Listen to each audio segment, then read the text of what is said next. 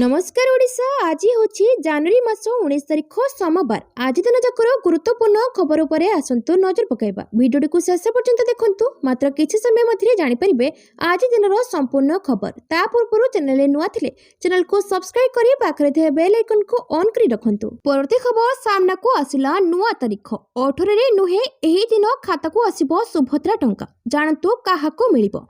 Bank account रे जमा हेबो सुभद्रा टंका। एकाथरके दुईटी किस्ती टंका पठाइबे राज्य सरकार। 22 तारिख रे मिलिबो सुभद्रा टंका। खुशीर कथा जे बात पड़िथिबो हिताधिकारी भी एथिरे लाभवान हेबे। एने आज उपमुख्यमंत्री प्रभाती परिडा सूचना दैछंती। उपमुख्यमंत्री प्रभाती परिडाको सूचना अनुसार प्रथम करी सुभद्रा योजना रे शामिल होइथिबा महिला ओ कोनोसी कारणरो सुभद्रा योजना रो वंचित होइथिबा महिला मानकु ए टंका मिलिबो। राज्यर विकास पई सरकारक द्वारा लागू होइथिबा विकासमुखी योजना मथिरु सुभद्रा योजना गोटी। एही योजना रे प्रति वर्ष 10,000 लेखाएं सहायता देबाको मुख्यमंत्री प्रतिश्रुति देई आसुछंती। वर्तमान सुधा 3टी किस्ती प्रदान करछंती राज्य सरकार, किंतु कोनोसी ना कोनोसी कारण पई प्रति किस्ती रे किछि महिला वंचित होइछंती। सेही महिला मानकु आसंता सप्ताह रे सुभद्रा टंका प्रदान करा जिबानी राज्य सरकारक सूचना।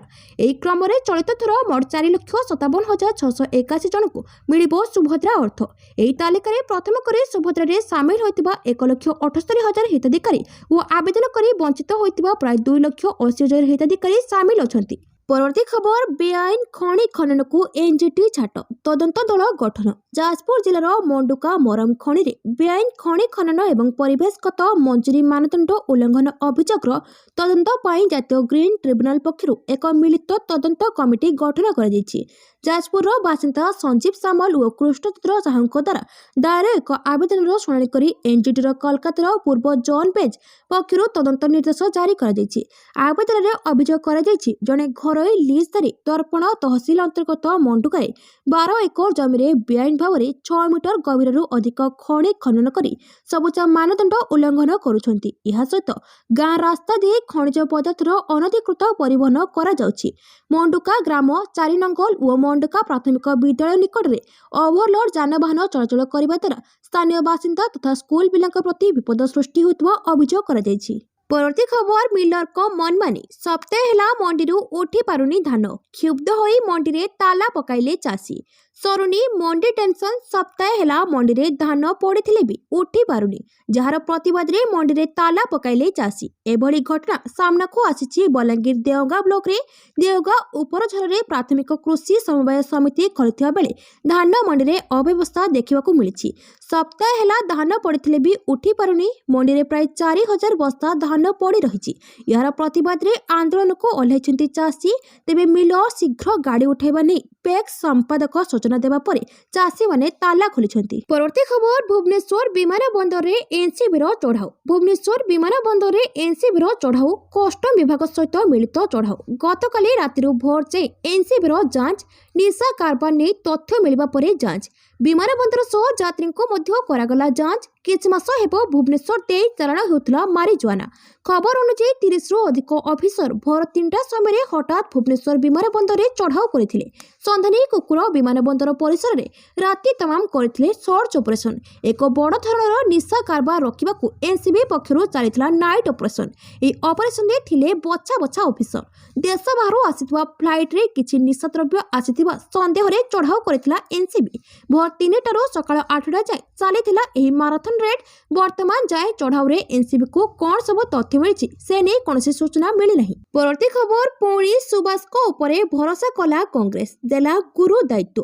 कलाहांडी जिला केसिंगा सहर सुभाष जैन को टाउन सभापति भावे कांग्रेस पीसीसी सभापति भक्तचरण दास नियुक्ति देइछंती। एने समग्र अंचल रे कांग्रेस कर्मी मध्य खुशीर लहरी खेली जाइछि। जैन वरिष्ठ कांग्रेस सभ्य भावे दीर्घ वर्ष धरी कांग्रेस रे काम करि आसुछंती।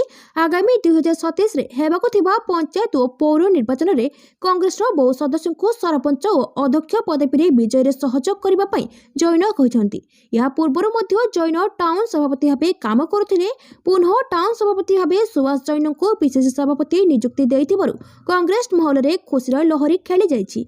जैन भवानीपाटना निर्वाचन मंडली रो विधायक सागर चरण दास कलाहांडी जिला जिला कांग्रेस सभापति जलंधर नायकों समेत जिला कमिटीर समस्त कर्मकर्ता हार्दिक अभिनंदन और शुभेच्छा जणाइछन्ति। परवर्ती खबर कटक आसिबे उपराष्ट्रपति सीपी राधाकृष्णन नेताजी जन्म जयंती उत्सव हेबे सामिल।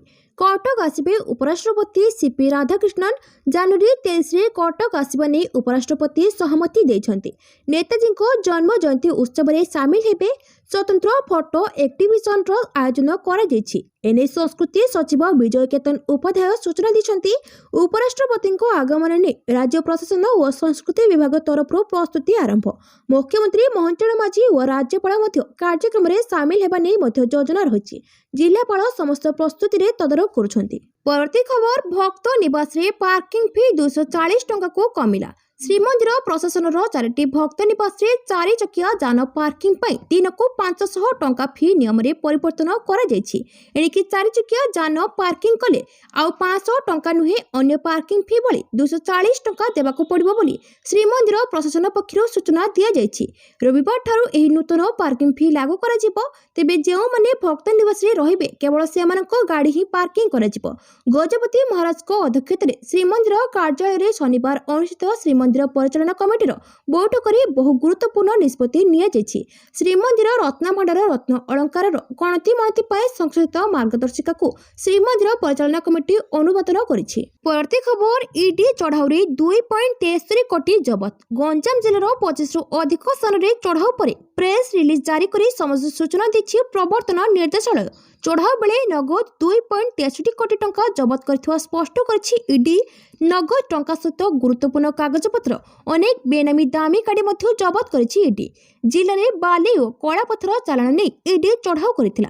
6टी राज्य प्रतिनिधित्व करथिबा 175 रु अधिक अधबकारी अवैध बाली एवं कलापथर खरी रे संपृक्त थिबा अभियोग होइतिबा व्यक्ति विशेष एवं देशी मदभाटी कार्य सहित जड़ित ठेकादार एवं मालिकों घरे चढ़ाऊ करथिला ईडी। परवर्ती खबर महानदी जल विवाद 23 रे बसिबो सर्वदलीय बैठक। महानदी जल विवाद समाधान पाई गठन होइतिबा अंत मंत्रिस्तरीय कमिटीर द्वितीय बैठक आज अनुष्ठित हो जायछि। बैठक रे निष्पत्ति होइछि जे कमिटीर सदस्य माने जनवरी 31 रे 2 दिनिया छत्तीसगढ़ गस्तरे जिबे। सेठारे महानदीर प्रकृत स्थिति जांच करबा सह महानदी जल विवादर आपस समाधान पाई छत्तीसगढ़ सरकारक सह आलोचना करिबे।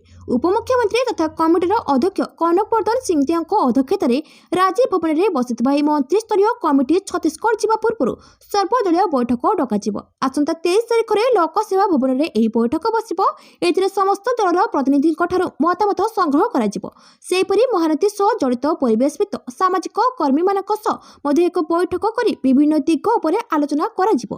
आजिर बैठक में महानदी जल विवादर आपस समाधान सह अन्य विकल्प व्यवस्था बाहर करबाकु मध्य आलोचना करा जायछि। परवर्ती खबर राउरकेला विमान दुर्घटना मृतकों परिवार जनक मिलिबो नियुक्ति। राउरकेला विमान दुर्घटना रे मृत्युवरण करथिबा व्यक्तिଙ୍କ परिवार जनक इंडिया एयर वन संस्था नियुक्ति मिलिबो बोली संस्था सीईओ प्रेम कुमार गर्ग आज घोषणा करछन्ति। यह सहित 5 मास जाए संस्था परिवार समस्त खर्च उठाइबो। विभिन्न भग्नावशेष 2 रु 3 दिन मध्य उठाई भुवनेश्वर नियाजिबो बोली गर्ग कहछन्ति। कहि रखुछि जे गत शनिवार राउरकेला रे घटिथिबा भयंकर विमान दुर्घटना रे गतकाली जणे यात्री एयरलिफ्ट हेबा पूर्व चिकित्साधीन अवस्था आखि बुझिछन्ति। मृतक जनक हेले सुशांत विश्वाल। एबे भी उक्त चिकित्सालय पायलट सह पायलट और मृतकों भौणी चिकित्सा चली। परवर्ती खबर गवेषणा पाई अध्यापकों को आर्थिक सहायता राशि प्रदान। उच्च शिक्षा विभाग एवं ओडिशा राज्य उच्च शिक्षा परिषद तरफ महाविद्यालय और विश्वविद्यालय अध्यापकों को गवेषणा कार्य पाई आर्थिक सहायता राशि प्रदान करा जायछि। मुख्यमंत्री रिसर्च और इनोवेशन फेलोशिप माध्यम रे आर्थिक सहायता राशि प्रदान करा जायछि। शिक्षा वर्ष 2025 रु 26 रे मुख्यमंत्री रिसर्च और इनोवेशन फेलोशिप माध्यम रे आर्थिक सहायता राशि प्रदान निमंते ओडिशा विभिन्न महाविद्यालय और विश्वविद्यालय 60 जन अध्यापकों को चयन करा जायछि। चयनित होइतिबा अध्यापक मानकु तांका प्रस्तावित गवेषणा प्रकल्प पाई सर्वाधिक 10 लाख टंका पर्यंत आर्थिक सहायता राशि प्रदान करा जिवो। परवर्ती खबर कोलकाता आसिबो 1 लाख कोटी निवेश सृष्टि हेबो 90,000 नियुक्ति सुजोग। मुख्यमंत्री ओडिशावासी खुशी खबर राज्य को आसिबो 1 लाख कोटी टंकार पुंजी निवेश सृष्टि हेबो 90,000 नियुक्ति सुजोग एथिपई कोलकाता निवेश सम्मेलन रे 27 एमओयू स्वाक्षर होईछि एने सूचना दैछंती मुख्यमंत्री मोहन चरण माझी कोलकाता गस्त समय 4टी प्रमुख क्षेत्र में 130 जन निवेशकों सह मुख्यमंत्री राउंड टेबल आलोचना करिसेंती पोषक बन शिल्पर 18 प्रतिष्ठित निवेशकों सह मुख्यमंत्री आलोचना करिसेंती सेबली 22 जन धातव्य संपर्कित आनुषंगिक शिल्प निवेशक एवं प्लास्टिक रसायन पैकेजिंग शिल्प संपर्कित 24 कंपनी निवेशकों सह मुख्यमंत्री 1-to-1 आलोचना करिसेंती औषध और मेडिकल जंत्रपाति संपर्कित 24 निवेशकों सह मध्य मुख्यमंत्री ओडिशा निवेश संभावना संपर्क में चर्चा करिसेंती। परवर्ती खबर एथर कृषि बजेट परिमाण केते हेबो फेब्रुआरी 1 तारिख रे अर्थमंत्री निर्मला सीतारमण आगत करिवे केंद्र बजेट केते हेबो मोट बजेट परिमाण क्यों क्षेत्र को व्यय परिमाण केते हेबो ताकू नै आरंभ होइछि कल्पना जल्पना गत वर्षर बजेट मोट व्यय परिमाण रहितिला 50.65 लाख कोटी टंका करज बिना मोट आय परिमाण थिला 34.96 लाख कोटी टंका कर बाबद को मोट आय लक्ष्य रहितिला 28.37 लाख कोटी राजस्व नियंत्रण परिमाण थिला जीडीपी रो 4.4%। चलित बजेट रे कृषि क्षेत्र को अधिक प्राधान्य दिया जिबार संभावना रही गत वर्ष बजेट रे कृषि लगी व्यय बराद परिमाण थिला 1,37,757 कोटी टंका। परवर्ती खबर 25 रे माघ सप्तमी बुड़ अर्क क्षेत्र को छुट्टी आसवे श्रद्धालु जगिबे 34 प्लाटून फोर्स आसंता 25 रे पवित्र माघ सप्तमी बुड़ राज्य और राज्य बाहर लक्षाधिक श्रद्धालु छुट्टी आसवे अर्क क्षेत्र कोणार्क को एथि निमंते प्रशासन पक्षरु समस्त कार्य आगे चली मेला पड़िया सफेई पाचेरी रंग ब्यारिकेड और 2टी वाच टावर निर्माण आदि चली चंद्रभागा तीर्थ पुष्करणी 25 तारिख प्रत्युषरू लक्षाधिक श्रद्धालु बुड़ पकाइबे निष्पत्ति अनुसार जनवरी 24 तारिख माघ शुक्ल षष्ठी राति 8:10 रु श्री त्रिवेणेश्वर ईशानेश्वर दक्षिणेश्वर देवों चलती प्रतिमा निज निज अस्थान बाहरी विमान विजे करेंगे तीन ठाकुर वर्णाढ़ शोभायात्रा बाहरी बजार परिक्रमा सह कोणार्क एनएससी मंडप पूजार्चना पर चंद्रभागा तीर्थ मंडप पहुंचे पारंपरिक रीतिरीति चलती प्रतिमा को पूजाहोम कर्म संपादन सरिले 25 तारिख सप्तमी तिथि महेन्द्र बेला 4:41 मध्य पवित्र तीर्थ जल में तीन ठाकुर स्नान करेंगे। परवर्ती खबर आसंता 22 रु आरंभ हो ओडिशा कृषि महाकुंभ आसंता 22 रु आरंभ हो ओडिशा कृषि महाकुंभ कृषि ओडिशा 2026 बरमुंडा विजय पट्टनायक खेल पड़िया 3 दिन धरी यह आयोजित हो 24 तारिख में शेष हो चलित वर्षर थीम रही अंतर्भुक्तिकरण माध्यम सहनशील कृषि एथिरे बहु संख्यक चाषी कृषि वैज्ञानिक कृषि गवेषक और नीति निर्धारक सम्मेलन हो कृषि शिक्षा शिविर आधुनिक कृषि जंत्रपाति प्रदर्शन और डेमोन्स्ट्रेशन कृषि सामर्थ्य उन्नत ज्ञान कौशल प्रदर्शन इत्यादि माध्यम ओडिशार चाषी भाई भौणी को आहरी सशक्त करने राज्य सरकार लक्ष्य रही। परवर्ती खबर खंडगिरी मेला कमिशनरेट पुलिस प्रस्तुत मुतयन हेबे 7 प्लाटून पुलिस फोर्स अग्निशम बाहिनी पक्षरु 24 घंटिया सेवा खंडगिरी मेला को शांति श्रृंखलार सह समापन करने कमिशनरेट पुलिस संपूर्ण तैयार रही पुलिस पक्षरु खंडगिरी मुंडिया रास्ता एक अस्थायी पुलिस कंट्रोल रूम खोल मेला भिड़ को नजर रखी सीसी कैमेरा भिड़ को लक्ष्य रखी मेला समेत खंडगिरी चतुर्पार्श्व 100टी स्थान में सीसी कैमेरा लगा बीएमसी एवं पुलिस पक्षरु निष्पत्ति होइछि पुलिस कंट्रोल रूम रो सीसी कैमेरा द्वारा नजर रखा मेला 7 प्लाटून पुलिस फोर्स मुतयन रहिबे सादा पोशाक रे पुलिस एवं महिला पुलिस मध्य नियोजित रहिबे मेला समय खंडगिरी छकरे असंभाल भिड़ हेबो भिड़ को नियंत्रण करबा ट्रैफिक पुलिस सहित ट्रैफिक वार्डन मुतयन रहिबे सेपरि जेकोसी अघटन 24 घंटिया अग्निशम बाहिनी सजग रहिबे बोली मध्य निष्पत्ति होइछि। परवर्ती खबर लेनिन को अभियोग प्रमाण मागिले अरविंद बीजेडी को भांगिबाकू होइथिरा षडयंत्र मिडनाइट ऑपरेशन भली मिड डे ऑपरेशन भी फेल होइछि विजय महापात्र अरविंद महापात्र और सनातन महाकुड़ एई ऑपरेशन रो अंश विशेष थिले गत किछि मास हेबो एमाने षडयंत्र रे शामिल थिले किछि कुचरकी दल को दुर्बल करबाकू लागिछंती विजय महापात्र सेमानको बैकअप देथिले दुई विधायकଙ୍କ विरोध रे कार्यानुष्ठान पर एभली विस्फोरक बयान दिछंती बीजेडी मुखपात्र लेनिन महांती सेपटे बीजेडी मुखपात्र को खोला चैलेंज करछंती पाटकुरा विधायक Arabinda Mohapatra mid day operation କ'ଣ ମୁଁ ଜାଣି ନାହିଁ, ଅଭିଯୋଗର ତଥ୍ୟ ପ୍ରମାଣ ଦିଅନ୍ତୁ ବୋଲି ଅରବିନ୍ଦ କହିଛନ୍ତି। ବିଜେଡି ମୁଖପାତ୍ର ଲେନିନ୍ ମହାନ୍ତି କହିଛନ୍ତି, ନବୀନ ପଟ୍ଟନାୟକଙ୍କ ନେତୃତ୍ୱରେ ବିଜେଡି ଏକ ସଫଳ ରାଜନୈତିକ ଦଳ ଭାବେ ସାରା ଦେଶରେ ନିଜସ୍ୱ ପରିଚୟ ସୃଷ୍ଟି କରିପାରିଛି। କ୍ରମାଗତ 24 ବର୍ଷ ପାଇଁ ବିଜେଡିକୁ କ୍ଷମତାରେ ରଖିଲେ ବର୍ତ୍ତମାନ ଲୋକେ ବିଜେଡିକୁ ବିରୋଧୀ ଦଳରେ ବସିଛନ୍ତି। ଦଳର ଏକ ଅନୁଶାସନ ରହିଛି, କୋଟିଏ ସଦସ୍ୟ ରହିଛନ୍ତି। ଦଳର ସଭାପତି ଦୁର୍ନୀତିଗ୍ରସ୍ତ ଓ ବିଶ୍ୱାସଘାତକତାକୁ ଘୃଣା କରନ୍ତି। ପରବର୍ତ୍ତୀ ଖବର, ଅନୁସୂଚିତ ଜାତି ଜମି ବିକ୍ରି ମାମଲା। ସରକାରଙ୍କ ଅନୁମତି ବିନା ଜମି ବିକ୍ରି କରିବା ଅବୈଧ। ରାଜ୍ୟ ସରକାରଙ୍କ ଅନୁମତି ବିନା ଅନୁସୂଚିତ ଜାତି ବର୍ଗର ଜମି ବିକ୍ରି କରିବା ଅବୈଧ ବୋଲି ହାଇକୋର୍ଟ ଏକ ଗୁରୁତ୍ୱପୂର୍ଣ୍ଣ ରାୟରେ ସ୍ପଷ୍ଟ କରିଛନ୍ତି। ରମଣୀମଣି ବେହେରାଙ୍କ ପକ୍ଷରୁ ଆଗତ ମାମଲା ଖାରଜ କରିବା ଅବସରରେ ହାଇକୋର୍ଟର ବିଚାରପତି ଜଷ୍ଟିସ୍ ଆନନ୍ଦ ଚନ୍ଦ୍ର ବେହେରା ଏହି ରାୟ ଦେଇଛନ୍ତି। ମାମଲାରୁ ଜଣାଯାଇଛି ଯେ ମୟୂରଭଞ୍ଜ ଜିଲ୍ଲାର ରମଣୀମଣି ବେହେରା 1969 ଏବଂ 1972 ମସିହାରେ ଭାଗବତ ବେହେରା ଏବଂ ଶମ୍ଭୁ ବେହେରାଙ୍କ ଠାରୁ କିଛି ଜମି କିଣିଥିଲେ। ଓଡ଼ିଶା ଭୂ ସଂସ୍କାର ଅଧିନିୟମର ଧାରା 22 ଅନୁଯାୟୀ ଏଭଳି ବିକ୍ରି ପାଇଁ ବିଭାଗୀୟ କର୍ତ୍ତୃପକ୍ଷଙ୍କ ପୂର୍ବ ଅନୁମତି ଆବଶ୍ୟକ, କିନ୍ତୁ ଏହି ଜମି ବିକ୍ରି ପୂର୍ବରୁ ଏଭଳି କୌଣସି ଅନୁମତି ନିଆଯାଇନଥିଲା। ଏହି ଆଧାରରେ ତାଙ୍କ ଆବେଦନକୁ ମୟୂରଭଞ୍ଜ ଜିଲ୍ଲାପାଳ ଖାରଜ କରି ଦେଇଥିଲେ। ଏହି ଆଦେଶକୁ ଚ୍ୟାଲେଞ୍ଜ କରି ଆବେଦନକାରିଣୀ ହାଇକୋର୍ଟଙ୍କ ଦ୍ୱାରସ୍ଥ ହୋଇଥିଲେ। ଆବେଦନକାରିଣୀଙ୍କ ପକ୍ଷରୁ ଯୁକ୍ତିରେ କୁହାଯାଇଥିଲା କି ସେ ଦୀର୍ଘ 30 ବର୍ଷରୁ ଅଧିକ ସମୟ ଧରି ଜମିକୁ ଦଖଲ କରି ରଖିଥିବାରୁ ଏହା ଉପରେ ତାଙ୍କର ମାଲିକାନା ସତ୍ତ୍ୱ ରହିଛି। ସେହି ଜମିର ପ୍ରକୃତ ମାଲିକ, ତେଣୁ ତାଙ୍କ ନାମରେ ଏହି ଜମିକୁ କରାଯିବା ଲାଗି ଅଦାଲତ ନିର୍ଦ୍ଦେଶ ଦେବାକୁ ସେ ପ୍ରାର୍ଥନା କରିଥିଲେ। ହାଇକୋର୍ଟ କହିଛନ୍ତି ଯେ ଯଦି କୌଣସି ଜମି ହସ୍ତାନ୍ତର ଆଇନଗତ ଭାବେ ଅବୈଧ, ତେବେ ସେଠାରେ ପ୍ରତିକୂଳ ଦଖଲର ଦାବି ଗ୍ରହଣଯୋଗ୍ୟ ନୁହେଁ। ପରବର୍ତ୍ତୀ ଖବର, ରାଜ୍ୟରେ ଗୋ ଚାଲାଣକାରୀଙ୍କୁ ସ୍ଥାନ ନାହିଁ। ମତ୍ସ୍ୟ ଓ ପ୍ରାଣୀ ସମ୍ପଦ ମନ୍ତ୍ରୀଙ୍କ କଡ଼ା ଚେତାବନୀ। ମୋହନ ମାଝୀଙ୍କ ସରକାରରେ ଗୋ ଚାଲାଣକାରୀଙ୍କୁ ସ୍ଥାନ ନାହିଁ, ଖୋଜି ଖୋଜି ସମସ୍ତଙ୍କୁ ବନ୍ଧାଯିବ। ଗତ ସରକାର ସମୟରେ ରାଜନେତା ଓ ପ୍ରଶାସନିକ ଅଧିକାରୀଙ୍କୁ ଛତ୍ରଛାୟା ତଳେ ଗୋ ମାଫିଆମାନେ ସକ୍ରିୟ ଥିଲେ, ମାତ୍ର ଏ ସରକାରରେ ତାହା ଚଳିବ ନାହିଁ। ଏନେଇ ଗୋ ଚାଲାଣକାରୀଙ୍କୁ ସିଧା ସିଧା ଚେତାବନୀ ଦେଇଛନ୍ତି ମତ୍ସ୍ୟ ଓ ପ୍ରାଣୀ ସମ୍ପଦ ବିଭାଗର ମନ୍ତ୍ରୀ ଗୋକୁଳାନନ୍ଦ ମଲ୍ଲିକ। ସେ ଆହୁରି ମଧ୍ୟ କହିଛନ୍ତି, ଗୋମାଂସ ଚାଲାଣକାରୀ ସୁଧୁରି ଯାଆନ୍ତୁ। 1960 ଗୋ ହତ୍ୟା ଆଇନ ଏବେ ବି ବଳବତ୍ତର ରହିଛି। ଏହାକୁ ଆହୁରି ସଂସ୍କାର ଆଣିବାକୁ ସରକାର ଚେଷ୍ଟା କରୁଛନ୍ତି ବୋଲି ମନ୍ତ୍ରୀ କହିଛନ୍ତି। ଗୋ ଚାଲାଣକୁ ନେଇ ରାଜ୍ୟ ସରକାରଙ୍କ ଏକ ନୂଆ ନାରା ସାମ୍ନାକୁ ଆସିଛି, ରଖନ୍ତୁ କୁତା କିନ୍ତୁ ତା ସହ ରଖନ୍ତୁ ଗୋମାତା। ଶନିବାର ରାଜ୍ୟର 5 ସ୍ଥାନରେ ଗୋ ମାଫିଆଙ୍କ ଠିକଣାରେ ଚଢ଼ାଉ ହୋଇଥିଲା। ଆଗାମୀ ଦିନରେ ଗୋମାଂସ ଚାଲାଣକାରୀଙ୍କ ସମ୍ପତ୍ତି ବାଜ୍ୟାପ୍ତି କରାଯିବ ବୋଲି ମତ୍ସ୍ୟ ଓ ପ୍ରାଣୀ ସମ୍ପଦ ବିଭାଗର ମନ୍ତ୍ରୀ ଗୋକୁଳାନନ୍ଦ ମଲ୍ଲିକ କହିଛନ୍ତି। ପରବର୍ତ୍ତୀ ଖବର, 2027 ଏହି ମାସରେ ହେବ ପଞ୍ଚାୟତ ନିର୍ବାଚନ। ବଡ଼ ସୂଚନା ଦେଲେ ଓଡ଼ିଶା ନିର୍ବାଚନ କମିଶନର। ଓଡ଼ିଶାରେ ଆସନ୍ତା ବର୍ଷ 2027 ଜାନୁଆରୀ ଓ ଫେବୃଆରୀ ମାସରେ ତ୍ରିସ୍ତରୀୟ ପଞ୍ଚାୟତ ନିର୍ବାଚନ ଅନୁଷ୍ଠିତ ହୋଇପାରେ। ଶନିବାର ଗଣମାଧ୍ୟମକୁ ସୂଚନା ଦେଇ ରାଜ୍ୟ ନିର୍ବାଚନ କମିଶନର ମଧୁସୂଦନ ପାଢ଼ୀ ଏହି ସଂକେତ ଦେଇଛନ୍ତି। ବର୍ତ୍ତମାନର ପଞ୍ଚାୟତ ସଂସ୍ଥାଗୁଡ଼ିକର କାର୍ଯ୍ୟକାଳ ଶେଷ ହେବାକୁ ଯାଉଥିବାରୁ ଏହି ନୂତନ ନିର୍ବାଚନ ପାଇଁ ପ୍ରକ୍ରିୟା ଆରମ୍ଭ ହୋଇଛି। ଆଗାମୀ ପଞ୍ଚାୟତ ଓ ପୌର ନିର୍ବାଚନ ପାଇଁ ରୋଡମ୍ୟାପ୍ ପ୍ରସ୍ତୁତ କରିବାକୁ ଶନିବାର ଏକ ଗୁରୁତ୍ୱପୂର୍ଣ୍ଣ ପ୍ରସ୍ତୁତି ବୈଠକ ଅନୁଷ୍ଠିତ ହୋଇଯାଇଛି। କମିଶନର କହିଛନ୍ତି ଯେ ନିର୍ବାଚନ ପ୍ରସ୍ତୁତି ନେଇ ବିଭିନ୍ନ ଜିଲ୍ଲାର ଜିଲ୍ଲାପାଳ, ଉପଜିଲ୍ଲାପାଳ ଓ ପୌର କମିଶନରମାନଙ୍କ ସହ ଆଲୋଚନା ଜାରି ରହିଛି।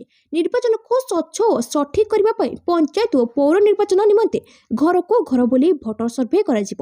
ଏହି ସର୍ଭେ କାର୍ଯ୍ୟ ଚଳିତ ବର୍ଷ ମାର୍ଚ୍ଚ ମାସ ସୁଦ୍ଧା ଶେଷ ହେବାକୁ ଲକ୍ଷ୍ୟ ରଖାଯାଇଛି।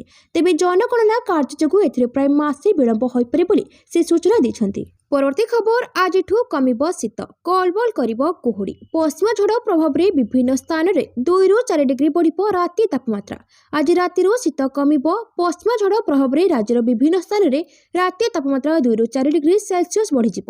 ଏଥିପାଇଁ ପାରଦ ଉପରମୁହାଁ ହେବ ବୋଲି ପାଣିପାଗ ବିଭାଗ ଆକଳନ କରିଛି। ରବିବାର ରାତିରେ ଉପକୂଳ ଓଡ଼ିଶାର ଅଧିକାଂଶ ସ୍ଥାନରେ ରାତି ତାପମାତ୍ରା 10ରୁ 11 ଡିଗ୍ରୀରୁ ଉପରେ ରହିପାରେ। ପୁରୀ, ଗୋପାଳପୁର, ଭଦ୍ରକରେ 13ରୁ 14 ଡିଗ୍ରୀ ରହିବ ବୋଲି ପାଣିପାଗ ବିଭାଗ ପୂର୍ବାନୁମାନ କରିଛି। ସୋମବାର ଠାରୁ ବୁଧବାର ପୁରା ଓଡ଼ିଶାରେ ପାରଦ ଉପରମୁହାଁ ହେବ। ଅଧିକାଂଶ ସ୍ଥାନରେ ରାତି ତାପମାତ୍ରା 12ରୁ 15 ଡିଗ୍ରୀ ରହିପାରେ ବୋଲି ପାଣିପାଗ ବିଭାଗ ପକ୍ଷରୁ କୁହାଯାଇଛି। ଉଦୟଗିରିରେ ସବୁଠୁ ଥଣ୍ଡା ସ୍ଥାନ ବାରଡ ଥିଲା। ଲୋକେ ପ୍ରଚଣ୍ଡ ଶୀତରେ ଥରିଥିଲେ। ଏଠାରେ ରାତି ତାପମାତ୍ରା 2ରୁ 5 ଡିଗ୍ରୀ ଥିଲା। ଫୁଲବାଣୀରେ 5.5 ଡିଗ୍ରୀ, ରାଉରକେଲାରେ 6.6 ଡିଗ୍ରୀ, ଝାରସୁଗୁଡ଼ାରେ 6.7 ଡିଗ୍ରୀ, କିରେଇ ଓ ବଲାଙ୍ଗୀରରେ 8.2 ଡିଗ୍ରୀ, ଅନୁଗୁଳରେ 8.6 ଡିଗ୍ରୀ ରେକର୍ଡ ହୋଇଥିଲା। ପରବର୍ତ୍ତୀ ଖବର, ଚାରିଧାମ ଯାତ୍ରା ସମୟରେ କରିପାରିବେନି ରିଲ୍ସ। ମୋବାଇଲ ଫୋନ କ୍ୟାମେରା ନିଷିଦ୍ଧ। ଚାରିଧାମ ଦର୍ଶନ କରୁଥିବା ଶ୍ରଦ୍ଧାଳୁଙ୍କ ପାଇଁ ଆସିଲା ପ୍ରତିବନ୍ଧକ। ଏଣିକି ମନ୍ଦିର ପରିସରରେ ବ୍ୟବହାର କରିପାରିବେନି ମୋବାଇଲ ଫୋନ ଏବଂ କ୍ୟାମେରା। ଦର୍ଶନ କରିବା ପୂର୍ବରୁ ମନ୍ଦିର ପରିସରରେ ଶ୍ରଦ୍ଧାଳୁଙ୍କ ଫୋନ ଏବଂ କ୍ୟାମେରା ଜମା କରାଯିବ। ଉତ୍ତରାଖଣ୍ଡର ଚାରିଧାମ ଯାତ୍ରା ସମୟରେ ଏହି ମୋବାଇଲ ଫୋନ ଏବଂ କ୍ୟାମେରା ସମ୍ପୂର୍ଣ୍ଣ ବ୍ୟାନ୍ କରାଯିବ, ଯାହାକି ଚଳିତ ବର୍ଷଠାରୁ ଲାଗୁ କରାଯିବ। ସୂଚନା ଅନୁସାରେ ସମ୍ପୃକ୍ତ ଜିଲ୍ଲାର ମାଜିଷ୍ଟ୍ରେଟ, ବରିଷ୍ଠ ପୋଲିସ ଅଧୀକ୍ଷକ ଏବଂ ବିଭାଗୀୟ ଅଧିକାରୀଙ୍କ ସହିତ ଏକ ସମୀକ୍ଷା ବୈଠକ କରିବା ପରେ ଗଡ଼ୱାଲ କମିଶନର ବିନୟ ଶଙ୍କର ପାଣ୍ଡେ ଗଣମାଧ୍ୟମକୁ କହିଛନ୍ତି ଯେ ମୋବାଇଲ ଫୋନ ଏବଂ କ୍ୟାମେରାକୁ ଅନୁମତି ଦେବା ଦ୍ୱାରା ଦର୍ଶନରେ ବହୁ ସମସ୍ୟା ଆସୁଛି। ପରବର୍ତ୍ତୀ ଖବର, ଇଣ୍ଡିଗୋ ଉପରେ 22 କୋଟି ଟଙ୍କାର ଜରିମାନା ଲଗାଇଲା ଡିଜିସିଏ। ଶନିବାର ଦିନ ବେସାମରିକ ବିମାନ ଚଳାଚଳ ନିର୍ଦ୍ଦେଶାଳୟ ଘରୋଇ ବିମାନ ସେବା ପ୍ରଦାନକାରୀ କମ୍ପାନୀ ଇଣ୍ଡିଗୋ ଏୟାରଲାଇନ୍ସ ଉପରେ 22 କୋଟି 20 ଲକ୍ଷ ଟଙ୍କାର ଜରିମାନା ଲଗାଇଛି। ଏହା ବ୍ୟତୀତ ଇଣ୍ଡିଗୋ ଉପରେ 1.80 କୋଟି ଟଙ୍କାର ଅତିରିକ୍ତ ଜରିମାନା ମଧ୍ୟ କରାଯାଇଛି। ଇଣ୍ଡିଗୋକୁ 50 କୋଟି ଟଙ୍କାର ବ୍ୟାଙ୍କ ଗ୍ୟାରେଣ୍ଟି ଦାଖଲ କରିବାକୁ କୁହାଯାଇଛି। ଗତ ଡିସେମ୍ବର ମାସରେ ସାରା ଦେଶରେ ବିଭିନ୍ନ ବିମାନ ବନ୍ଦରରେ ଶହ ଶହ ବିମାନ କ୍ୟାନ୍ସଲ ଓ ବିଳମ୍ବ ହେବାରୁ ପ୍ରାୟ 10 ଦିନ ଧରି ହଜାର ହଜାର ଯାତ୍ରୀ ନାହିଁ ନଥିବା ଅସୁବିଧାର ସମ୍ମୁଖୀନ ହୋଇଥିଲେ। ସୂଚନା ଥାଉ କି ଇଣ୍ଡିଗୋ ଗତ ଡିସେମ୍ବର 2ରୁ 10 ତାରିଖ ମଧ୍ୟରେ 5000ରୁ ଅଧିକ ଉଡ଼ାଣ ବାତିଲ କରିବା ସହିତ ଶହ ଶହ ଇଣ୍ଡିଗୋ ବିମାନ ବହୁତ ବିଳମ୍ବରେ ପରିଚାଳିତ ହୋଇଥିଲା। ପୂର୍ବରୁ ଏହି ଘଟଣା ଦ୍ୱାରା ପ୍ରଭାବିତ ସମସ୍ତ ଗ୍ରାହକ ଏବଂ ଶିଳ୍ପ ଅଂଶୀଦାରଙ୍କୁ ନିକଟରେ ଇଣ୍ଡିଗୋ କ୍ଷମା ପ୍ରାର୍ଥନା କରୁଛି ବୋଲି କହିଥିଲା। ତ୍ରୁଟିର ପୁନରାବୃତ୍ତି ଯେପରି ନ ହେବ ଧ୍ୟାନ ଦେବା ସହିତ ବାତିଲ ଟିକେଟର ପୂର୍ଣ୍ଣ ଅର୍ଥ ଗ୍ରାହକଙ୍କୁ ଫେରସ୍ତ କରିବ ବୋଲି ଇଣ୍ଡିଗୋ କହିଥିଲା। ପରବର୍ତ୍ତୀ ଖବର, ଗ୍ରୀନଲ୍ୟାଣ୍ଡ ଉପରେ କ୍ରୋଧିତ ହୋଇ 8ଟି ଦେଶ ଉପରେ ଶୁଳ୍କ ଲଗାଇଲେ ଟ୍ରମ୍ପ। ବଡ଼ ପଦକ୍ଷେପ ନେଲା ଇୟୁ। ୟୁରୋପୀୟ ସଂଘର ଆଇନ ପ୍ରଣୟନକାରୀମାନେ ଏବେ ଆମେରିକା ସହିତ ବାଣିଜ୍ୟ ଚୁକ୍ତିର ଅନୁମୋଦନକୁ ରୋକିବାକୁ ପ୍ରସ୍ତୁତ ହେଉଛନ୍ତି। ଆମେରିକା ରାଷ୍ଟ୍ରପତି ଡୋନାଲ୍ଡ ଟ୍ରମ୍ପଙ୍କ ନୂତନ ଶୁଳ୍କ ଧମକ ପରେ ଏହି ନିଷ୍ପତ୍ତି ଆସିଛି, ଯେଉଁଥିରେ ସେ ଗ୍ରୀନଲ୍ୟାଣ୍ଡ ପ୍ରସଙ୍ଗରେ ୟୁରୋପୀୟ ଦେଶଗୁଡ଼ିକ ଉପରେ ଶୁଳ୍କ ଲଗାଇବାକୁ ଧମକ ଦେଇଥିଲେ। ଟ୍ରମ୍ପଙ୍କ ଧମକର ଜବାବରେ ୟୁରୋପୀୟ ସଂସଦର ସର୍ବବୃହତ ଗୋଷ୍ଠୀ ୟୁରୋପୀୟ ପିପୁଲ୍ସ ପାର୍ଟିର ମୁଖ୍ୟ ମାନଫ୍ରେଡ୍ ୱେବର ସୋସିଆଲ ମିଡିଆରେ କହିଛନ୍ତି ଯେ ୟୁଏସ୍ ବାଣିଜ୍ୟ ଚୁକ୍ତିକୁ ୟୁରୋପୀୟ ପିପୁଲ୍ସ ପାର୍ଟି ସମର୍ଥନ କରେ, କିନ୍ତୁ ଗ୍ରୀନଲ୍ୟାଣ୍ଡ ସମ୍ପର୍କରେ ଟ୍ରମ୍ପଙ୍କ ଧମକ ଯୋଗୁଁ ଏହାର ଅନୁମୋଦନ ବର୍ତ୍ତମାନ ଅସମ୍ଭବ। ଆମେରିକୀୟ ଉତ୍ପାଦ ଉପରେ ଶୁଳ୍କ ହ୍ରାସ କରିବା ପାଇଁ ଇୟୁର ଯୋଜନାକୁ ସ୍ଥଗିତ ରଖିବାକୁ ପଡ଼ିବ। ପରବର୍ତ୍ତୀ ଖବର, ସାଇବର ଠକେଇର ଶିକାର ହୋଇଥିଲେ ଫେରସ୍ତ ପାଇବେ ଟଙ୍କା। ଫ୍ରିଜ୍ ହୋଇଥିବା ଆକାଉଣ୍ଟ 90 ଦିନରେ ରିଲିଜ୍। ଯଦି ଆପଣ ସାଇବର ଠକେଇର ଶିକାର ହୋଇଛନ୍ତି, ତେବେ ଆପଣଙ୍କୁ ଆପଣଙ୍କ ଟଙ୍କା ଫେରି ପାଇବାକୁ ଅଧିକ ସମୟ ଅପେକ୍ଷା କରିବାକୁ ପଡ଼ିବ ନାହିଁ। ଗୃହ ମନ୍ତ୍ରଣାଳୟ ଏକ ନୂତନ ନିୟମ ଜାରି କରିଛି, ଯାହା 50,000ରୁ କମ୍ ଅନଲାଇନ୍ ଠକେଇ ମାମଲା ପାଇଁ ଦ୍ରୁତ ରିଫଣ୍ଡକୁ ଅନୁମତି ଦିଏ। ଏହି ଉଦ୍ଦେଶ୍ୟରେ ଏକ ଏସ୍ଓପି ଅନୁମୋଦନ କରାଯାଇଛି। ଏହି ଏସ୍ଓପି ହେଉଛି ଜାତୀୟ ସାଇବର ଅପରାଧ ରିପୋର୍ଟିଂ ପୋର୍ଟାଲ, ସାଇବର ଆର୍ଥିକ ଅପରାଧ ରିପୋର୍ଟିଂ ଏବଂ ପରିଚାଳନା ପ୍ରଣାଳୀର ଏକ ଅଂଶ। ଇଣ୍ଡିଆନ୍ ଏକ୍ସପ୍ରେସରେ ପ୍ରକାଶିତ ଏକ ରିପୋର୍ଟ ଅନୁଯାୟୀ ଏହି ନୂତନ ନିୟମ ଅନୁଯାୟୀ 50,000ରୁ କମ୍ ମୂଲ୍ୟର ଅନଲାଇନରେ ଠକେଇର ଶିକାର ହୋଇଥିବା ଯେକୌଣସି ବ୍ୟକ୍ତି କୋର୍ଟ ଆଦେଶ ବିନା ଟଙ୍କା ଆଦାୟ କରିପାରିବେ। ତୁରନ୍ତ ଏହି ପ୍ରକ୍ରିୟା ହେବ ଯଦି ଏପରି ଛୋଟ ଠକେଇର ଟଙ୍କା ଏକ ଆକାଉଣ୍ଟରେ ଫସି ରହିଥାଏ ଏବଂ କୌଣସି କୋର୍ଟ କିମ୍ବା ପୁନଃପ୍ରାପ୍ତି ନିର୍ଦ୍ଦେଶ ନାହିଁ, ତେବେ ବ୍ୟାଙ୍କଗୁଡ଼ିକୁ 90 ଦିନ ମଧ୍ୟରେ ସେହି ଟଙ୍କା ଉପରୁ ଲଗାଯାଇଥିବା ରକ୍ ଉଠାଇବାକୁ ପଡ଼ିବ। ପରବର୍ତ୍ତୀ ଖବର, ଦିଲ୍ଲୀରେ ପୁଣି ବଢ଼ିଲା ପ୍ରଦୂଷଣ। ଦିଲ୍ଲୀର AQI 4ଟା ସୁଦ୍ଧା 400 ରେକର୍ଡ। ରାଜଧାନୀ ଦିଲ୍ଲୀରେ ପୁଣି ପ୍ରଦୂଷଣ ବଢ଼ିଛି। ବାୟୁ ପ୍ରଦୂଷଣ ବୃଦ୍ଧି ଯୋଗୁଁ ଦିଲ୍ଲୀ NCRରେ ପୁଣି ଘରେ ଗ୍ରାଫ 4ର କଟକଣା ଲାଗୁ କରିଦିଆଯାଇଛି। ଦିଲ୍ଲୀର AQI ଶନିବାର ଅପରାହ୍ନ 4ଟା ସୁଦ୍ଧା 400 ରେକର୍ଡ କରାଯାଇଥିଲା। ଏଥିରେ ଲଗାତାର ବୃଦ୍ଧି ଦେଖିବାକୁ ମିଳୁଛି। ରାତି 8ଟା ସୁଦ୍ଧା ଏହା 428 ରେକର୍ଡ କରାଯାଇଛି।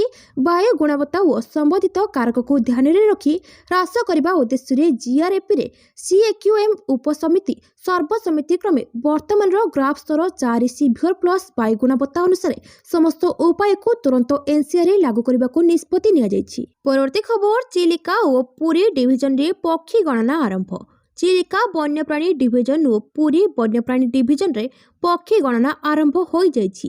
ଚିଲିକା ଡିଭିଜନରେ 5ଟି ରେଞ୍ଜ ବାଳୁଙ୍ଗା, ରମ୍ଭା, ନୂଆପଡ଼ା, ସାତପଡ଼ା ଓ ଟାଙ୍ଗୀରେ 22ଟି ଟିମ୍ ପକ୍ଷୀ ଗଣନା କାର୍ଯ୍ୟରେ ନିୟୋଜିତ ଅଛନ୍ତି। ପୁରୀ ଡିଭିଜନରେ 5ଟି ରେଞ୍ଜରେ 25ଟି ଟିମ୍ ଗଣନା କାର୍ଯ୍ୟରେ ସାମିଲ ଅଛନ୍ତି। ପୁରୀ ଡିଭିଜନର ଗୋପ, କାକଟପୁର, କୋଣାର୍କ, ବାଲୁଖଣ୍ଡ ଏବଂ ବ୍ରହ୍ମଗିରି ରେଞ୍ଜରେ ଚିଲିକା ପକ୍ଷୀ ଗଣନା କାର୍ଯ୍ୟ। ସେଥିମଧ୍ୟରୁ ବ୍ରହ୍ମଗିରି ରେଞ୍ଜ ଅଧୀନରେ ପକ୍ଷୀ ଗଣନା ଆରମ୍ଭ ହୋଇଯାଇଛି। 5ଟି ରେଞ୍ଜରେ 25ଟି ଟିମ୍ରେ 85 ଜଣ ଗଣନାକାରୀ ନିୟୋଜିତ ହୋଇଛନ୍ତି। ବାଇନାକୁଲର ଓ ଫଟୋଗ୍ରାଫି ସାହାଯ୍ୟରେ ପକ୍ଷୀଙ୍କ ଗତିବିଧି ଅନୁଧ୍ୟାନ କରି ଲାଇନ୍ ଟ୍ରାଜକ ମେଥଡରେ ହେଉଛି ପକ୍ଷୀ ଗଣନା କାର୍ଯ୍ୟ। ସକାଳ 6ଟାରୁ ଗଣନା କାର୍ଯ୍ୟ ଆରମ୍ଭ ହୋଇଛି। ଚିଲିକା ସାତପଡ଼ା ରେଞ୍ଜରେ ପକ୍ଷୀ ଗଣନା କରୁଛନ୍ତି 4ଟି ଟିମ୍। ପରବର୍ତ୍ତୀ ଖବର ପଶ୍ଚିମବଙ୍ଗରେ ମମତାଙ୍କୁ ମୋଦିଙ୍କ କଡ଼ା ଟାର୍ଗେଟ କହିଲେ ନିଷ୍ଠୁର ସରକାରକୁ ବେଙ୍ଗଲୁ ବାହାର କରିବା ଆବଶ୍ୟକ। ପ୍ରଧାନମନ୍ତ୍ରୀ ନରେନ୍ଦ୍ର ମୋଦି ଆଜି ପଶ୍ଚିମବଙ୍ଗର ମାଲଦା ଜିଲ୍ଲାରେ ଏକ ରାଲିକୁ ସମ୍ବୋଧିତ କରିଛନ୍ତି। ଏହି ସମୟରେ ମୋଦି ମମତା ବାନାର୍ଜୀ ସରକାରଙ୍କୁ କଡ଼ା ଟାର୍ଗେଟ କରିଥିଲେ। ରାଲିକୁ ସମ୍ବୋଧିତ କରି ପ୍ରଧାନମନ୍ତ୍ରୀ ମୋଦି କହିଥିଲେ କି ଦଶନ୍ଧି ଧରି ପୂର୍ବ ଭାରତ ସେହି ଲୋକମାନଙ୍କ ନିୟନ୍ତ୍ରଣରେ ଥିଲା ଯେଉଁମାନେ ବିଭାଜନକାରୀ ରାଜନୀତି କରୁଛନ୍ତି। ବିଜେପି ଏହି ରାଜ୍ୟଗୁଡ଼ିକୁ ସେମାନଙ୍କ କବଳରୁ ମୁକ୍ତ କରିଛି। ପ୍ରଧାନମନ୍ତ୍ରୀ ମୋଦି କହିଥିଲେ ପ୍ରଥମ ଥର ପାଇଁ ଓଡ଼ିଶାରେ ବିଜେପି ସରକାର ଗଠନ ହୋଇଛି। ତ୍ରିପୁରା ବହୁ ବର୍ଷ ଧରି ବିଜେପି ଉପରେ ବିଶ୍ୱାସ କରି ଆସିଛି। ଏହା ଆସାମରେ ସାମ୍ପ୍ରତିକ ନିର୍ବାଚନରେ ମଧ୍ୟ ବିଜେପି ଉପରେ ବିଶ୍ୱାସ ଦେଖାଇଥିଲା। ବିହାର ପୁଣି ଥରେ ବିଜେପି ଏନ୍ଡିଏ ସରକାରକୁ ନିର୍ବାଚିତ କରିଛି। ପ୍ରଧାନମନ୍ତ୍ରୀ ମୋଦି କହିଥିଲେ ଆଜି ବେଙ୍ଗଲ ହେଉଛି ଏକମାତ୍ର ରାଜ୍ୟ ଯେଉଁଠାରେ ଆୟୁଷ୍ମାନ ଭାରତ ଯୋଜନା କାର୍ଯ୍ୟକାରୀ ହୋଇନାହିଁ। ଟିଏମ୍ସି ସରକାର ବେଙ୍ଗଲର ମୋ ଭଉଣୀମାନଙ୍କୁ ଆୟୁଷ୍ମାନ ଯୋଜନାର ଲାଭ ଉଠାଇବାକୁ ବାଧା ଦେଉଛି। ବେଙ୍ଗଲୁ ଏପରି ନିଷ୍ଠୁର ସରକାରକୁ ହଟାଇବା ଆବଶ୍ୟକ। ପରବର୍ତ୍ତୀ ଖବର ଦିଲ୍ଲୀ ବାଗଡୋଗ୍ରା ଇଣ୍ଡିଗୋ ବିମାନକୁ ବୋମା ଧମକ ଲକ୍ଷ୍ନୌରେ ଜରୁରୀ ଅବତରଣ। ରବିବାର ଦିଲ୍ଲୀରୁ ବାଗଡୋଗ୍ରା ଅଭିମୁଖେ ଯାତ୍ରା କରୁଥିବା ଇଣ୍ଡିଗୋ ଏୟାରଲାଇନ୍ସର ବିମାନ 6650କୁ ବୋମା ଧମକ ମିଳିଥିଲା।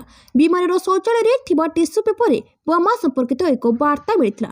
ଫଳରେ ସୁରକ୍ଷା ଦୃଷ୍ଟିରୁ ବିମାନଟି ଲକ୍ଷ୍ନୌରେ ଜରୁରୀକାଳୀନ ଅବତରଣ କରିବାକୁ ବାଧ୍ୟ ହୋଇଥିଲା। ଏଥିରେ 230 ଜଣ ଯାତ୍ରୀ ଥିଲେ। ଏସିପି ରଜନୀଶ ବର୍ମାଙ୍କ କହିବା ଅନୁଯାୟୀ ବର୍ତ୍ତମାନ ବିମାନରେ ଖୋଜାଖୋଜି କରାଯାଉଛି। ଲକ୍ଷ୍ନୌ ବିମାନ ବନ୍ଦରରେ ଅବତରଣ କରିବା ପରେ ତୁରନ୍ତ ବିମାନଟିକୁ ଆଇସୋଲେସନ ବେଳେ ପାର୍କିଂ କରାଯାଇଥିଲା। ପରବର୍ତ୍ତୀ ଖବର ବାଂଲାଦେଶୀ ଆତଙ୍କୀଙ୍କ ଟାର୍ଗେଟରେ ଦିଲ୍ଲୀ। ଗଣତନ୍ତ୍ର ଦିବସ ପୂର୍ବରୁ ଅନେକ ସହରରେ ବ୍ଲାଷ୍ଟ ଷଡ଼ଯନ୍ତ୍ର। ଗଣତନ୍ତ୍ର ଦିବସ ପୂର୍ବରୁ ରାଜଧାନୀ ଦିଲ୍ଲୀରେ ଆତଙ୍କୀ ଆକ୍ରମଣ ନେଇ ଗୁଇନ୍ଦା ଏଜେନ୍ସିଗୁଡ଼ିକ ଆଲର୍ଟ ଜାରି କରିଛନ୍ତି। ଗୁଇନ୍ଦା ବ୍ୟୁରୋ ସହ ଜଡ଼ିତ ସୂତ୍ର ମୁତାବକ ପ୍ରତିବନ୍ଧିତ ଖଲିସ୍ତାନୀ ଗ୍ରୁପ ଏବଂ ବାଂଲାଦେଶର ଆତଙ୍କୀ ସଂଗଠନ ଦିଲ୍ଲୀ ସମେତ ଦେଶର ଅନେକ ସହରକୁ ଟାର୍ଗେଟ ଲାଗି ଉଦ୍ୟମ କରିପାରନ୍ତି। ପଞ୍ଜାବର କିଛି ଗ୍ୟାଙ୍ଗଷ୍ଟର ବିଦେଶରୁ କାମ କରୁଥିବା ଏହି ଖଲିସ୍ତାନୀ ଏବଂ ଚରମପନ୍ଥୀ ହ୍ୟାଣ୍ଡଲରଙ୍କ ପାଇଁ ଫୁଟ୍ ସୋଲଜର ଅର୍ଥାତ୍ ତୃଣମୂଳ ସ୍ତରର କାର୍ଯ୍ୟକର୍ତ୍ତା ଭାବେ କାମ କରୁଛନ୍ତି। ପରବର୍ତ୍ତୀ ଖବର ବିଜେପିକୁ ଶାସନରୁ ହଟାଇବା ସମସ୍ତ ବିରୋଧୀଙ୍କ ଲକ୍ଷ୍ୟ ହେବା ଦରକାର। ଅଖିଳେଶ 2 ଦିନିଆ ଓଡ଼ିଶା ଗସ୍ତରେ ଆସିଥିଲେ ଉତ୍ତରପ୍ରଦେଶର ପୂର୍ବତନ ମୁଖ୍ୟମନ୍ତ୍ରୀ ତଥା ସମାଜବାଦୀ ପାର୍ଟି ମୁଖ୍ୟ ଅଖିଳେଶ ଯାଦବ। ଦେଶ ତଥା ରାଜ୍ୟରେ ବିଭିନ୍ନ ସମ୍ବେଦନଶୀଳ ପ୍ରସଙ୍ଗରେ ସେ ଗଣମାଧ୍ୟମର ପ୍ରତିନିଧିଙ୍କ ସହିତ ଆଲୋଚନା କରିଛନ୍ତି। ଦେଶରେ କେନ୍ଦ୍ର ସରକାରଙ୍କ ନୀତି ଏସ୍ଆଇଆର୍ ଗୋ ହତ୍ୟା ମାମଲାରେ ସେ ବିଜେପିକୁ କଡ଼ା ଟାର୍ଗେଟ କରିଛନ୍ତି। ଏହାସହ ଭୁବନେଶ୍ୱରରେ ଆୟୋଜିତ ଭିଜନ ଇଣ୍ଡିଆ କାର୍ଯ୍ୟକ୍ରମରେ ଯୋଗ ଦେଇଛନ୍ତି ସେ। ସମାଜବାଦୀ ପାର୍ଟି ମୁଖ୍ୟ ଅଖିଳେଶ ଯାଦବ କହିଥିଲେ ଓଡ଼ିଶାରେ ସଂଖ୍ୟାଲଘୁଙ୍କୁ ଆକ୍ରମଣ ଓ ଗୋ ମାଫିଆଙ୍କ ଦରାମ୍ୟ ନେଇ ବିଶେଷ ସୂଚନା ନାହିଁ, କିନ୍ତୁ ଉତ୍ତରପ୍ରଦେଶର ଏଭଳି ଘଟଣାର ଆମେ ସମ୍ମୁଖୀନ ହୋଇଛୁ। ଉତ୍ତରପ୍ରଦେଶର ଏଭଳି ଘଟଣାରେ ଅଧିକ ବିଜେପିର ଲୋକ ସାମ୍ନାକୁ ଆସିଲେ। ଗୋମାତାକୁ ହତ୍ୟା ଓ ମିଛ ଅଭିଯୋଗ କରି ଲୋକଙ୍କୁ ଫସାଉଥିଲେ ବିଜେପିର ନେତା। ପରବର୍ତ୍ତୀ ଖବର ଭାରତରୁ ମୁହଁ ଫେରାଉଛନ୍ତି ବିଦେଶୀ ନିବେଶକ। ଜାନୁଆରୀରେ ଉଠାଇ ନେଲେଣି 22,530 କୋଟି। ଚଳିତ 2026 ମସିହାର ପ୍ରଥମ 16 ଦିନରେ ବିଦେଶୀ ନିବେଶକମାନେ ଭାରତୀୟ ପୁଞ୍ଜି ବଜାରରୁ 22,530 କୋଟି ଟଙ୍କା ଉଠାଇ ନେଲେଣି। 2025 ମସିହାରୁ ବିଦେଶୀ ନିବେଶକମାନେ ଭାରତରୁ ମୁହଁ ଫେରାଇ ଦେଇଛନ୍ତି। 2025 ମସିହାରେ ସେମାନେ ଭାରତୀୟ ପୁଞ୍ଜି ବଜାରରୁ ମୋଟ 1.66 ଲକ୍ଷ କୋଟି ଟଙ୍କା ପ୍ରତ୍ୟାହାର କରିନେଇଥିଲେ। ଡଲାର ତୁଳନାରେ ଟଙ୍କା ମୂଲ୍ୟରେ ଅସ୍ଥିରତା, ଡଲାରରେ ନିବେଶରୁ ଭଲ ଲାଭ ମିଳିବା ଏବଂ ଆମେରିକା ରାଷ୍ଟ୍ରପତି ଡୋନାଲ୍ଡ ଟ୍ରମ୍ପ ଭାରତ ସମେତ ବିଶ୍ୱରେ ବିଭିନ୍ନ ଦେଶ ଉପରେ ଶୁଳ୍କ ଲଗାଇବା ପ୍ରଭାବ ବିଦେଶୀ ନିବେଶକଙ୍କ ଉପରେ ପଡ଼ିଛି। ସେମାନେ ଭାରତରୁ ପୁଞ୍ଜି ଉଠାଇ ନେଉଛନ୍ତି ବୋଲି ବିଶେଷଜ୍ଞମାନେ ମତ ଦେଇଛନ୍ତି। ବଜାରରେ ଅନୁକୂଳ ପରିସ୍ଥିତି ସୃଷ୍ଟି ନ ହେବା ପର୍ଯ୍ୟନ୍ତ ଏଭଳି ଧାରା ଜାରି ରହିବ ବୋଲି ସେମାନେ କହିଛନ୍ତି। ପରବର୍ତ୍ତୀ ଖବର ମୁମ୍ବାଇରେ କଂଗ୍ରେସର ଜନ୍ମ ହେଲେ ଆଜି ସେ ଦେଶର ବିଶ୍ୱାସ ହରାଇଛି। ଆସାମର ବର୍ଷିଲେ ପ୍ରଧାନମନ୍ତ୍ରୀ। ପ୍ରଧାନମନ୍ତ୍ରୀ ନରେନ୍ଦ୍ର ମୋଦି ଆଜି ଆସାମର କାଲିଆପୁରରେ 6,957 କୋଟି ଟଙ୍କାର କାଜିରଙ୍ଗା ଏଲିଭେଟେଡ୍ କରିଡରର ଶିଳାନ୍ୟାସ କରିଛନ୍ତି। ଏହା ସହିତ 2ଟି ଅମୃତ ଭାରତ ଟ୍ରେନ୍କୁ ସବୁଜ ପତାକା ଦେଖାଇ ଶୁଭାରମ୍ଭ କରିଛନ୍ତି। ମୁମ୍ବାଇ ବିଜୟର ଉତ୍ସବ କାଜିରଙ୍ଗାରେ ପାଳିଥିଲେ ପ୍ରଧାନମନ୍ତ୍ରୀ। ଏହି ଅବସରରେ ପ୍ରଧାନମନ୍ତ୍ରୀ ମୋଦି ଏକ ଜନସଭାକୁ ସମ୍ବୋଧନ କରି କଂଗ୍ରେସ ଦଳ ଉପରେ ବର୍ଷିଛନ୍ତି। କଂଗ୍ରେସ ଆସାମ ମାଟିକୁ ଅନୁପ୍ରବେଶକାରୀଙ୍କୁ ହସ୍ତାନ୍ତର କରିଥିଲା। ମୁମ୍ବାଇରେ କଂଗ୍ରେସ ଜନ୍ମ ହେଲେ ଆଜି ସେଠାରେ ଚତୁର୍ଥ ପଞ୍ଚମ ନମ୍ବରରେ ରହିଛି। ଦେଶର ବିଶ୍ୱାସ ହରାଇଛି କଂଗ୍ରେସ, କାରଣ ତାର କିଛି ବିକାଶ ଏଜେଣ୍ଡା ନାହିଁ। ବିଜେପି ଲୋକଙ୍କ ପ୍ରଥମ ପସନ୍ଦ ପାଲଟିଛି ବୋଲି କହିଛନ୍ତି ପ୍ରଧାନମନ୍ତ୍ରୀ। ପରବର୍ତ୍ତୀ ଖବର ଲଞ୍ଚ ହେବ ନାସାର ଆର୍ଟମିସ୍ 2 ମିଶନ। ପୁଣି ଚନ୍ଦ୍ରକୁ ଯିବ ମଣିଷ। ଚନ୍ଦ୍ର ଅଭିମୁଖେ ନାସାର 4 ମହାକାଶଚାରୀ 50 ବର୍ଷ ପରେ ପୁଣି ଚନ୍ଦ୍ରକୁ ଯିବ ମଣିଷ। फेब्रुआरी 6 लंच हेब नासार आर्टेमिस 2 मिशन। अमेरिकार महाकाश गवेषणा संस्था नासा पुणी थे मनुष्य को चंद्र को पठाइबा संपूर्ण प्रस्तुत। 1962 मसीह अपोलो 17 पर यह मनुष्य को नहीं चंद्र को जाउथुवा प्रथम मिशन। यही मिशन रे 4 जन महाकाश जाउछंती। से माने हेले Reid Wiseman, Victor Glover, Christina Koch एवं जेरेमी हानसेन। क्रिस्टिना कोच चंद्र को जाउथुवा विश्वर प्रथम महिला हेबे। परवर्ती खबर, 2टी नुआ अमृत भारत ट्रेन चलाचल शुभारंभ कले प्रधानमंत्री। प्रधानमंत्री नरेंद्र मोदी आसाम नागांव जिलार कालिया बोर्डे 6,950 कोटी अधिक टंकार काजीरंगा एलिवेटेड कॉरिडोर प्रकल्पर भित्तिप्रस्तर स्थापन करिसेंति। समावेश को संबोधन करी श्री मोदी कहते काजीरंगा एक जातीय उद्यान नुह बरं आसाम आत्मा भावे परिचित। यूनेस्को काजीरंगा को विश्व ऐतिह्य स्थल भावे मान्यता प्रदान करिछि। किछि वर्ष धरि काजीरंगा रे पर्यटकों संख्या निरंतर वृद्धि पाउछि बोली प्रधानमंत्री कहते। श्री मोदी कहते देश में चारा रोपण माध्यम जंगल क्षेत्र वृद्धि पाई। एक पेड़ माँ के नाम अभियान अधीन वर्तमान सुधा 260 कोटी अधिक चारा रोपण करा जायछि। प्रधानमंत्री कहते प्रकृति एवं विकास एकत्र गतिशील होई परिबो बोली भारत विश्व सम्मुखरे प्रतिपादन करि परिछि। परवर्ती खबर, रास्ता को ओह्लाइले ईरानवासी। से आमको बोका बनाई प्रतारणा करिसेंति, आम प्रति विश्वासघातकता करिसेंति। ईरान रे होइतिबा घातक कार्यानुष्ठानर प्रतिवाद करी प्रदर्शनकारी माने वाशिंगटन डीसी रो व्हाइट हाउस निकट में रैली करिसेंति। ट्रम्प पलटिथिले संभाव्य जीवन रेखा। प्रतिवाद समय रास्ता को ओह्लाई आसीथिबा अनेक ईरानवासी अमेरिका राष्ट्रपति डोनाल्ड ट्रम्प एक संभाव्य जीवन रेखा परि मने होउथिले। प्रतिवादकारी माने अभियोग करिसेंति एही विश्वास ही आमर परवर्ती परिवर्तन को विश्वासघातकतार अनुभव कराइछि। ट्रम्प को कथा और काम रे बहु फरक रहिछि बोली से माने अभियोग करिसेंति। परवर्ती खबर, ग्रुप परिवर्तन करने बीसीबी नुआ दाबी। भारत बांग्लादेश विवाद में एवं एक नूतन मोड़ आसी। ग्रुप परिवर्तन करने को आईसीसी निकट में बीसीबी नुआ दाबी करिछि। बांग्लादेश संप्रति 2026 टी20 विश्वकप मैच भारत बाहर को स्थानांतर करने को आवेदन करथिला, किंतु आईसीसी बीसीबी आवेदन को खारज कर दिथिला। एहा परे एबे बीसीबी एक नूतन रणनीति ग्रहण करिछि। बांग्लादेश क्रिकेट बोर्ड एवं टी20 विश्वकप पई एहार ग्रुप परिवर्तन करने को अनुरोध करिछि। बीसीबी भारत बदल में श्रीलंका रे खेलिबा पई एहाको आयरलैंड स्थान रे ग्रुप बी रे रखिबा को अनुरोध करिछि। बांग्लादेश ग्रुप सी रे वेस्टइंडीज, इटली, इंग्लैंड एवं नेपाल सहित रहिछि एवं सेमाने कोलकाता एवं मुंबई रे सेमानक लीग मैच खेलिबे। परवर्ती खबर, कुहुड़ी साजुछि काल। देखा गलानी रास्ता, 40 रु अधिक गाड़ी धक्का। कुहुड़ी नेउछि जीवन। सड़क दुर्घटना रे जनक परे जनकर जीवन जाउछि। नोएडारू आसिछि हृदय विदारक घटना, जेउठी जने युवक कार रे जाउथवा समय दुर्घटनार शिकार होछंती। रास्ताघाट किछि न दिसिबारु युवकक कार गोटे विशाल नाल रे पड़ी जाइथिला। घन अंधकार और कुहुड़ी पई गाड़ी दुर्घटनाग्रस्त हेबा सह युवक कार सह 70 फुट गभीर पानी रे बुड़ी जाइथिले।